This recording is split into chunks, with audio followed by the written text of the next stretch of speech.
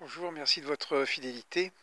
Si on suit la chronologie du texte biblique, nous voyons d'abord dans le Lévitique chapitre 19, Ve'afta lereacha kamocha, tu aimeras ton prochain comme toi-même. Et seulement dans le livre de Devarim, nous avons Ve'afta et Adonai Elohecha, tu aimeras l'Éternel ton Dieu. Quelle est la chronologie qui est proposée selon le texte biblique? D'abord, c'est s'aimer soi-même. Ensuite, aimer le prochain, puisqu'il est dit tu aimeras ton prochain comme toi-même.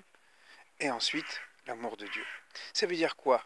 Ça veut dire que tant que soi-même on ne s'est pas construit, tant qu'on est soi-même dans l'épreuve, dans la difficulté, pour réussir son chemin, eh bien, d'abord, il faut réussir l'épreuve. Il faut d'abord se construire. Si je parle ça parce que je rencontre beaucoup de personnes qui ont une grande foi religieuse et qui en même temps se sentent déséquilibrées, qui ont des difficultés, des problèmes.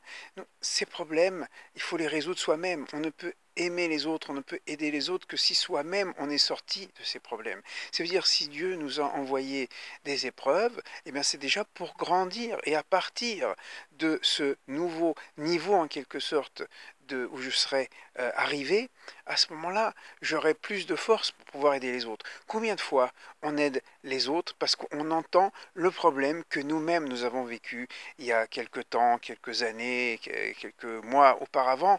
Et donc ça veut dire que Dieu nous met dans une difficulté, dans une épreuve pour grandir. C'est ça la notion de Nisayon, la notion d'épreuve comme à propos d'Abraham. C'est la même racine que Nes, ça veut dire un étendard. Ça veut dire qu'il faut pouvoir grandir. Et on grandit pourquoi?